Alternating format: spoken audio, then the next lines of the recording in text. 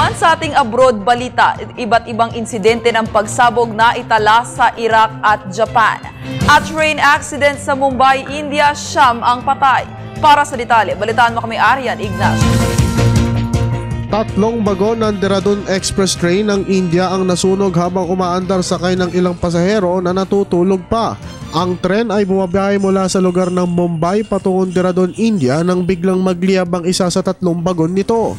Ayon kay Western Railway Public Relations Officer Sharat Chandra na siyam ang patay sa nasabing insidente. Samantala, inaalam pa ng pamunuan ng Dehradun Express ang sanhi ng sunog. Samantala sa bansang Iraq, isang suicide bomber ang kumitil ng buhay ng 23 army recruits at 36 naman ang nasugatan sa isang army enlisting site sa Baghdad. Ayon sa mga opisyal ng Baghdad Security, pinasabog ang bomba ng suicide bomber habang nagpaparehistro ang mga army recruits sa Montana Airfield. Sa ngayon, wala pang terrorist group ang umaamin sa naturang pagsabog.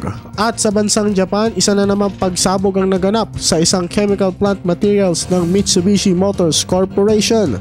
Ayon sa ulat ng pulisya, ang mga maintenance crew sa heat exchanger na ginagamit sa produksyon ng silicon nang mangyari ang pagsabog. 5 ang patay sa naturang pagsabog at 12 naman ang sugatan na pawang mga empleyado ng naturang kumpanya.